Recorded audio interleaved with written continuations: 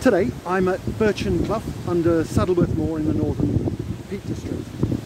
Birchen Clough is a Peak District clough scrambling favourite, probably because it's relatively short and sweet. It's pretty steep throughout, and for the grade 1 scrambler there are a couple of quite challenging waterfalls to get up, so I'm looking forward to it.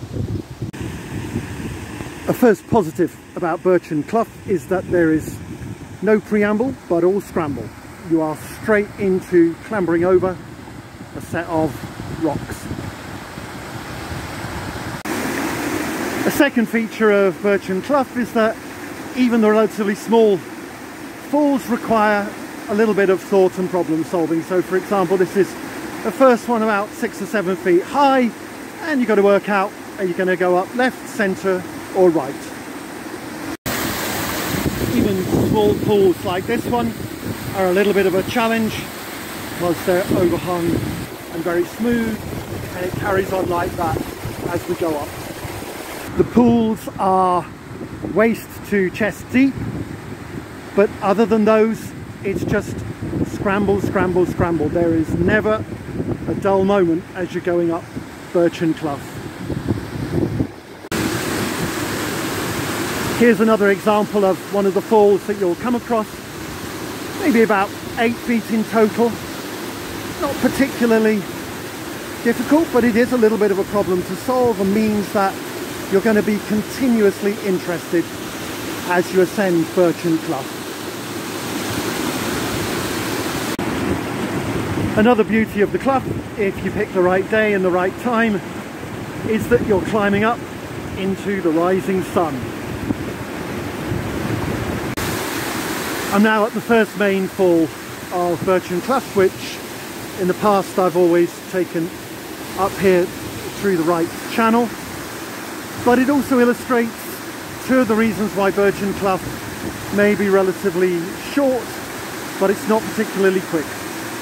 And that is because the rocks are incredibly slippery, and also because the surface under the water is very uneven. So you have to take it incredibly carefully and very slowly if you're not going to slip.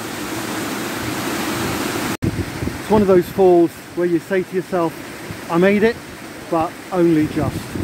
It's at least a grade 2 because the footholds are small, sloping and very slippery. It's a real challenge to get up, but of course you feel great once you've done it. Above the main waterfall there's a deep pool and then a set of cascades that are slippery but relatively straightforward.